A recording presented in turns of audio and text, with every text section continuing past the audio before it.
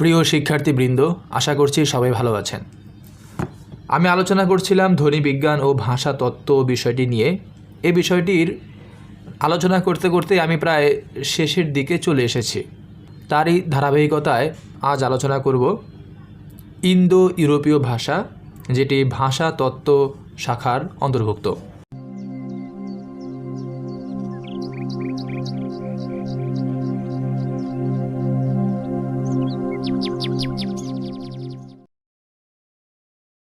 এই ইন্দো ইউরোপীয় ভাষা এই বিষয়টি আমি দুটি ভাগে আলোচনা করব।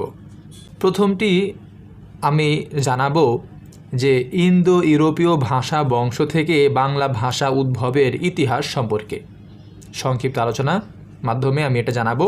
এবং দ্বিতীয়তে আরেকটি অংশ নিয়ে আলোচনা করব, সেটি হচ্ছে ইন্দো ইউরোপীয় ভাষা বংশের পরিচয়। তার আগে বলে নেই, আমরা প্রথম বর্ষে কিন্তু এই ইন্দো ইউরোপীয় ভাষা সম্পর্কে পড়েছি। তখন আমরা পড়েছিলাম বাংলা ভাষার ইতিহাস ও ব্যবহারিক বাংলা। এই বিষয়টির মধ্যে একটি পরিচ্ছেদ ছিল ইন্দো ইউরোপীয় মূল ভাষা থেকে বাংলা ভাষার যে একটা ধারাবাহিকতা, সেটা সম্পর্কে আমরা জেনেছি যে বাংলা ভাষা কিভাবে ইন্দো ইউরোপীয় ভাষা থেকে এ বাংলা ভাষা এসেছে, কোন কোন ভাষা বংশ ঘুরে এ বাংলা ভাষা আমরা পেয়েছি, সেটি কিন্তু ওই প্রথম বর্ষের আলোচনায় আমরা জেনেছি। তারপরেও প্রথম বর্ষের সেই আলোচনাটা আমি এর আগে করেছি। আমি ডিসক্রিপশনে লিঙ্ক দিয়ে দিব বা আই বাটনে লিঙ্ক দিয়ে দিব। আপনারা আমার এই চতুর্থ বর্ষের আলোচনাটি শোনার পর ওই প্রথম বর্ষের আলোচনাটা একটু শুনে নিন, তাহলে এই বিষয়টি আপনারা পুরোপুরিভাবে বুঝতে পারবেন। তো যেটা বলছিলাম যে এই ইন্দো ইউরোপীয় ভাষা, এটি আমরা দুটি ভাগে ভাগ করেছি। দুটি ভাগ আমরা পড়ব আমাদের পরীক্ষার জন্যই। আমাদের সিলেবাসের মধ্যে রয়েছে শুধু ইন্দো ইউরোপীয় ভাষা, কিন্তু আমরা আমাদের পরীক্ষার মধ্যে এটি দুটিভাবে প্রশ্ন আকারে আসতে পারে। প্রথমে হয়তো বা আসতে পারে যে ইন্দো ইউরোপীয় ভাষা বংশ থেকে বাংলা ভাষা উদ্ভবের ইতিহাস আলোচনা করো, যেটা আমরা প্রথম বর্ষে ছক আকারে সুন্দরভাবে পড়েছি। তারপরও আমি আজকের আলোচনায় সংক্ষিপ্তভাবে এর ইতিহাসটা তুলে ধরব। এবং আরেকটি প্রশ্ন আমাদের আসতে পারে যে ইন্দো ইউরোপীয় ভাষা বংশের পরিচয় দাও, এটিও আমি এই আলোচনার শেষের দিকে জানিয়ে দেব। তো প্রথমেই আমি যাচ্ছি ইন্দো ইউরোপীয় ভাষা বংশ থেকে বাংলা ভাষা উদ্ভবের ইতিহাস আলোচনায়। মনে করা হয় পৃথিবীতে প্রায় 200টি ভাষা বংশ প্রচলিত আছে। এর মধ্যে উল্লেখযোগ্য ভাষা বংশ হচ্ছে 28 কি 29টি। ডক্টর রফিকুল ইসলাম বলেন এ পর্যন্ত 26টি ভাষা গোষ্ঠী নির্দিষ্ট করা হয়েছে। ইন্দো ইউরোপীয় ভাষা বংশ এর মধ্যে সবচেয়ে প্রভাবশালী ভাষা বংশ। অনুমান করা হয় প্রায় 5000 খ্রিস্টপূর্বাব্দে ইন্দো ইউরোপীয় ভাষা গোষ্ঠীর উদ্ভব হয়। আদিম ইন্দো ইউরোপীয় মূল ভাষাটির আঞ্চলিক অবস্থান কোথায় ছিল তা নিয়ে মতানৈক্য রয়েছে। প্রফেসর স্কুদার বা শ্রোয়েডারের মতে ইউরোপের ভোল্লা নদীর মোহনার চারদিকের স্থানসহ ক্যাম্পিয়ান সাগরের তীরবর্তী বিস্তীর্ণ অঞ্চলেই ইন্দো ইউরোপীয় মূল ভাষা বংশের আদি বাসভূমি ছিল। অপর মত, ইন্দো ইউরোপীয় ভাষার প্রাচীন বাসস্থান ছিল স্ক্যান্ডিনেভিয়া এবং উত্তর জার্মানির পাশাপাশি অঞ্চল অথবা দানিউব উপত্যকা, বিশেষত হাঙ্গেরির সমতল ভূমি। মতদ্বয়ের মধ্যে প্রথমটি বেশি গ্রহণযোগ্যতা পেয়েছে। আনুমানিক খ্রিস্টপূর্ব 3000 অব্দে থেকে খ্রিস্টপূর্ব 1500 অব্দের মধ্যে ওই ভাষীর এক দল মানুষ এশিয়া মাইনর হয়ে ইরানে এসে বসতি স্থাপন করে। আদিম ইন্দো ইউরোপীয় ভাষার দুটি শ্রেণী আবিষ্কার করেন ভাষাবিজ্ঞানী এসকেলি 1870 সালে কেন্তুম ও শতম নামে। ভাষাতাত্ত্বিকগণ মনে করেন ইরানে থাকাকালে আর্যদের মধ্যে শতম উপভাষা বেশ ভালোভাবে বিকশিত হয়। পণ্ডিতগণ এই উন্নত ভাষার নাম দিয়েছেন ইন্দো ইরানি অথবা আর্য ভাষা। ভাষাতাত্ত্বিকগণ মনে করেন খ্রিস্টপূর্ব 1500 থেকে 600 অব্দের মধ্যেই বিভিন্ন দলে বিভক্ত হয়ে পড়ে আর্যগণ। তারা পূর্ব ইরান থেকে বিভক্ত হয়ে কাবুল উপত্যকা ধরে ভারতে প্রবেশ করেছিল। এ সময় ভারতে বসবাস করত স্থানীয় লোকজন। আর্যরা এই অঞ্চলে প্রবেশের পর তারা অনার্য নামে অভিহিত হতে থাকে। তারা ছিল মূলত দ্রাবিড়, কোল বা অস্ট্রিক জাতির লোক। আর্যদের এদেশে আগমন সম্পর্কে বিভিন্ন মত প্রচলিত থাকলেও মোটামুটি 1500 খ্রিস্টপূর্বাব্দকেই স্বীকৃতি দেওয়া হয়। অনুমান করা হয় বহিরাগত আর্যরা সংখ্যায় বেশি ছিল বলে ইরান ও ভারতের আর্যরা আবেস্তা এবং ভারতীয় আর্যরা বৈদিক সংস্কৃতি গড়ে তুলেছিল। খ্রিস্টপূর্ব 1000 অব্দে ইরানির আর্য ও ভারতীয় আর্য উপভাষা প্রায় এক রকম সে কথাই প্রমাণ করে। পরবর্তীকালে এই ভাষা ক্রমশ দুটি ভৌগোলিক, সাংস্কৃতিক ও রাজনৈতিক পরিবেশে স্বাধীন ও স্বতন্ত্র রূপে গড়ে ওঠে, যার একটি ইন্দো ইরানীয় এবং অপরটি ইন্দো আর্য নামে পরিচিত হয়। ভারতীয় উপমহাদেশে আর্য বসতির প্রথম কেন্দ্রস্থল উত্তর ভারতের পশ্চিম অঞ্চল। ঋগ্বেদে ভারতের আদিম অধিবাসীদের অর্থাৎ অনার্যদের উল্লেখ করা হয়েছে দাস, দস্যু বা অসুর নামে। ঋগ্বেদে আরও উল্লেখ করা হয়েছে যে আর্যরা অবৈদিকভাবে বৈদিক কর্মবিরোধী, দেবতা বিরোধী এবং নিষ্ঠাহীন। এই অনার্যদের নাক ছিল চাপা এবং গায়ের রং ছিল কালো। আর্য সংস্কৃতির বিস্তারের ক্ষেত্রে এরাই ছিল প্রবল প্রতিপক্ষ। ঋগ্বেদে দাস উপজাতির বাস ছিল গাঙ্গেয় উপত্যকায়, আর গাঙ্গেয় উপত্যকার এই দাসরাই বাঙালি জাতির পূর্বপুরুষ। আর্যরা তাদের নিজস্ব ভাষা নিয়ে ভারতবর্ষে আসার ফলে পরবর্তীকালে এদেশে হিন্দি, অসমিয়া, ওড়িয়া, বাংলা ইত্যাদি ভাষার জন্ম হয়েছে। আর্যদের আগমনের পর এদেশের মানুষের সঙ্গে মেলামেশার কারণে তাদের ভাষারও পরিবর্তন ঘটে। ভারতবর্ষের প্রাচীনতম গ্রন্থ হচ্ছে ঋগ্বেদ। আর্য আগমনের পর প্রথমে তাদের ভাষা যে রূপ লাভ করে তার দৃষ্টান্ত হচ্ছে এই ঋগ্বেদ। এই ঋগ্বেদ অর্থাৎ 4ই বেদের ভাষা হচ্ছে বৈদিক ভাষা।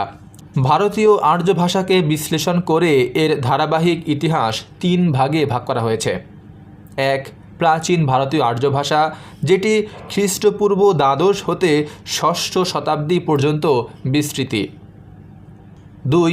মধ্য ভারতীয় আর্য ভাষা, অর্থাৎ এটি অশোক ও অন্যান্য প্রত্নলিপির ভাষা, পালি, বিভিন্ন প্রাকৃত এবং অপভ্রংশ।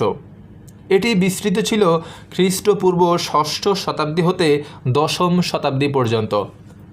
3 নম্বরে হচ্ছে নব্য ভারতীয় আর্য ভাষা, যা বাংলা, হিন্দি, সিন্ধি, মারাঠি ইত্যাদি ভাষা ও অনেক উপভাষা। এটার বিস্তৃতি হল খ্রিস্টীয় 10ম শতাব্দী হতে আধুনিক কাল পর্যন্ত। প্রাচীনকালে ভারতবর্ষে আর্য অনার্য মিলিত হয়ে যে নতুন জাতি ও সভ্যতার সূচনা হয়, সেখানে ভাষার প্রাধান্য রক্ষিত হয় আর্যদেরই। স্থানীয় অনার্যরা যে আর্য ভাষা ব্যবহার করেছিল, সেখানে অনার্য ধ্বনি, ব্যাকরণগত রীতি, শব্দ ইত্যাদির অনুপ্রবেশ ঘটে। মূলত ভারতবর্ষের পূর্বাঞ্চলেই এই পরিবর্তনের সূচনা হয়।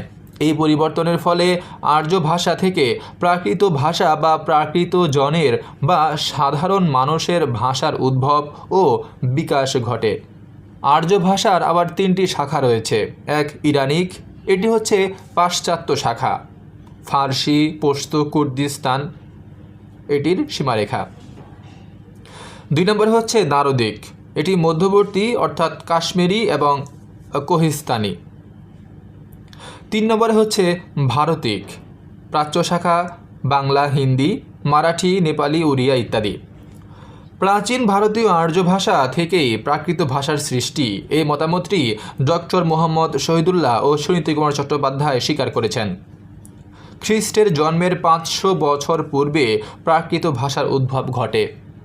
এই প্রাকৃত ভাষা আবার অঞ্চল ভেদে 3টি ভাগে বিভক্ত হয়ে পড়েছিল।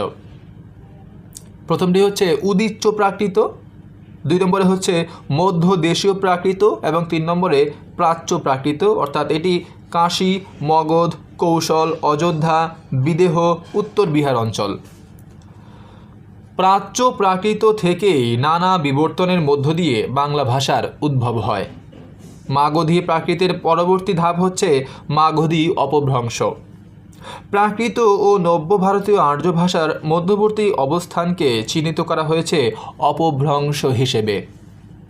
ভাষাবিজ্ঞানী জর্জ গ্রিয়ারসন মনে করেন মাগধী প্রাকৃত থেকে মাগধী অপভ্রংশের উদ্ভব এবং পরবর্তীকালে এই মাগধী অপভ্রংশ থেকেই বাংলা ভাষার উদ্ভব হয়েছে। সুনীতি কুমার চট্টোপাধ্যায়ও এই মতে বিশ্বাসী। অন্যদিকে A.B. কিথ ও ডক্টর মোহাম্মদ শহীদুল্লাহ মনে করেন মাগধী অপভ্রংশ থেকে নয়, গৌড়ীয় অপভ্রংশ থেকে বাংলা ভাষার উৎপত্তি। মোহাম্মদ শহীদুল্লাহর এই মতের প্রতি শ্রদ্ধা রেখেও অধিকাংশ ভাষাবিজ্ঞানী মনে করেন মাগধী অপভ্রংশ থেকে বাংলা ভাষার উদ্ভব। এভাবে ইন্দো ইউরোপীয় ভাষা বংশ থেকে বাংলা ভাষার উদ্ভব ও বিকাশ নিরূপণ করা হয়ে থাকে।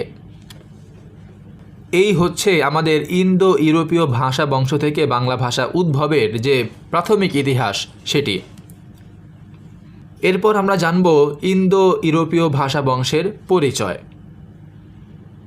পৃথিবীতে প্রধান ভাষা বংশ আছে প্রায় 26টি। এর মধ্যে সবচেয়ে উল্লেখযোগ্য ভাষা বংশ হচ্ছে ইন্দো ইউরোপীয় ভাষা বংশ। ফরাসি ভাষাবিদরা এ ভাষা বংশের নামকরণ করেন। ইন্দো ইউরোপীয় ভাষা বংশের স্বতন্ত্র কিছু বৈশিষ্ট্য রয়েছে। এই বৈশিষ্ট্যগুলো আমাদের পরীক্ষায় আসতে পারে, সেগুলো আমি আলোচনা করছি।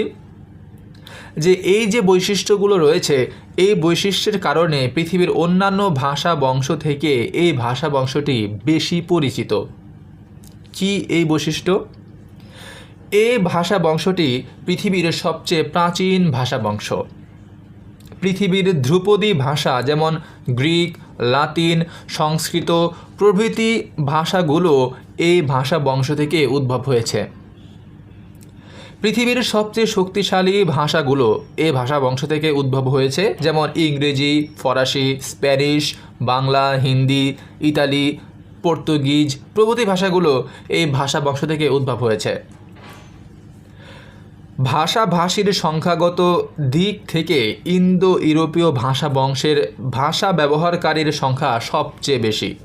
কারণ পৃথিবীতে প্রচলিত অন্যান্য ভাষা বংশের ভাষা ব্যবহারকারীর তুলনায় ইন্দো ইউরোপীয় ভাষা বংশের ভাষা ব্যবহারকারীর সংখ্যা অনেক বেশি। যেমন ধরুন ইংরেজি, বাংলা, রোমানীয়, ইতালীয়, ফরাসিও প্রভৃতি ভাষাভাষী অনেক পৃথিবীতে আমরা যদি দেখি যে ভাষাগুলো সবচেয়ে বেশি মানুষ ব্যবহার করে, এই ভাষাগুলো কিন্তু এই ইন্দো ইউরোপীয় ভাষা বংশ থেকে উদ্ভব হয়েছে। আবার ইন্দো ইউরোপীয় ভাষা বংশের ভাষার সাহিত্য, প্রবন্ধ, গল্প, উপন্যাস, ছোট গল্প, কবিতা, নাটক এগুলো কিন্তু পৃথিবীতে সাহিত্যের জগতে বিশিষ্ট স্থান দখল করে আছে। এ ভাষা বংশের ভাষায় রচিত সাহিত্য পৃথিবীর বিভিন্ন ভাষায় অনুদিত হয়েছে, কিংবা পাঠকের কাছে সাহিত্য পৌঁছে দেওয়ার জন্য পৃথিবীর অন্যান্য ভাষা থেকে এ ভাষায় অনুদিত হয়েছে এবং এই ধারা বর্তমানেও অব্যাহত রয়েছে। ইন্দো ইউরোপীয় ভাষা বংশটিকে দুটি উপবংশ বা শাখায় ভাগ করা হয়ে থাকে। এটি হচ্ছে কেন্তুম এবং অপরটি হচ্ছে শতম। শতবাচক শব্দে কে ধ্বনিটির ব্যবহার অনুসারে ইন্দো ইউরোপীয় ভাষা বংশগুলোকে কেন্তুম ও শতম শাখায় বিন্যস্ত করা হয়েছে। উল্লেখ্য যে শত শব্দের আবেস্তীয় রূপ শতম আর লাতিন রূপ হচ্ছে কেন্তুম। আবারও বলছি, শত শব্দের আবেস্তীয় রূপ হচ্ছে শতম এবং লাতিন রূপ হচ্ছে কেন্তুম। এই রূপ দুটি অনুসারে ইন্দো ইউরোপীয় ভাষা বংশের পূর্ব অংশের বা অঞ্চলের ভাষাগুলোকে শতম আর পশ্চিমাঞ্চলীয় ভাষাগুলোকে কেন্তুম শাখায় বিন্যস্ত করা হয়েছে। এই বিভাজনে গুরুত্বপূর্ণ ভূমিকা পালন করেছে কে ধ্বনি। শ্রেণীকরণের সময় ভাষাবিজ্ঞানীরা মনে করেছিলেন প্রত্ন ইন্দো ইউরোপীয় ভাষীরা দুই শাখায় বিভক্ত হয়ে পড়েছিল এবং পূর্ব শাখায় কণ্ঠ বা পশ্চাৎ তালুজাত কে ধ্বনিটি শীষ বা উষ্ম ধ্বনিতে পরিবর্তিত হয়েছিল। অর্থাৎ প্রত্ন ইন্দো ইউরোপীয় ক ধ্বনিটি কিন্তুম শাখায় কই ছিল আর শতম শাখায় এটি পরিবর্তিত হয়ে স ধ্বনিতে পরিণত হয়েছিল। কিন্তুম শাখার কয়েকটি উল্লেখযোগ্য বিভাজন হচ্ছে কেল্টীয় বা কেল্টিক, ইতালীয়, জার্মানীয়, হেল্লেনীয় বা হেল্লেনিক প্রভৃতি। আর শতম শাখার উল্লেখযোগ্য ভাগ হল ইন্দো ইরানীয়, বাল্টো স্লাভীয়, আর্মেনীয়, আলবেনীয় ইত্যাদি। তো এই হচ্ছে ইন্দো ইউরোপীয় ভাষা বংশের পরিচয় সম্পর্কে মোটামুটি বা সংক্ষিপ্ত আলোচনা। তো প্রথমে দেখুন, আমি আগেই বলেছি যে এই ইন্দো ইউরোপীয় ভাষা এই বিষয়টিকে আমরা দুটি ভাগে, মানে আমি আলোচনার স্বার্থে দুটি ভাগে ভাগ করেছি এবং মূলত এই দুটি ভাগ বা দুটি অংশ, অর্থাৎ এই বিষয়টি দুটি প্রশ্নে আমাদের পরীক্ষায় আসতে পারে। একটি হচ্ছে যে ইন্দো ইউরোপীয় ভাষা বংশ থেকে বাংলা ভাষা উদ্ভবের ইতিহাস, এটি আমাদের আসতে পারে। এই ইতিহাসে আমরা প্রথম বর্ষে এরকম একটি ইতিহাস পড়েছিলাম যে ইন্দো ইউরোপীয় মূল ভাষা থেকে বাংলা ভাষার যে ক্রমধারা, সেই ধারাটি আমরা প্রথম বর্ষে পড়েছিলাম। হ্যাঁ, সেই প্রথম বর্ষের যে আলোচনা রয়েছে সেই আলোচনাটিও আমি ডিসক্রিপশনে অথবা আই বাটনে দিয়ে দিয়েছি আপনাদের সুবিধার্থে। তো আপনারা আলোচনাটা শুনতে পারেন, তাহলে এই বিষয়টি আপনাদের কাছে আরও পরিষ্কার হয়ে যাবে। আর দ্বিতীয়টি হচ্ছে ভাষা বংশের পরিচয়।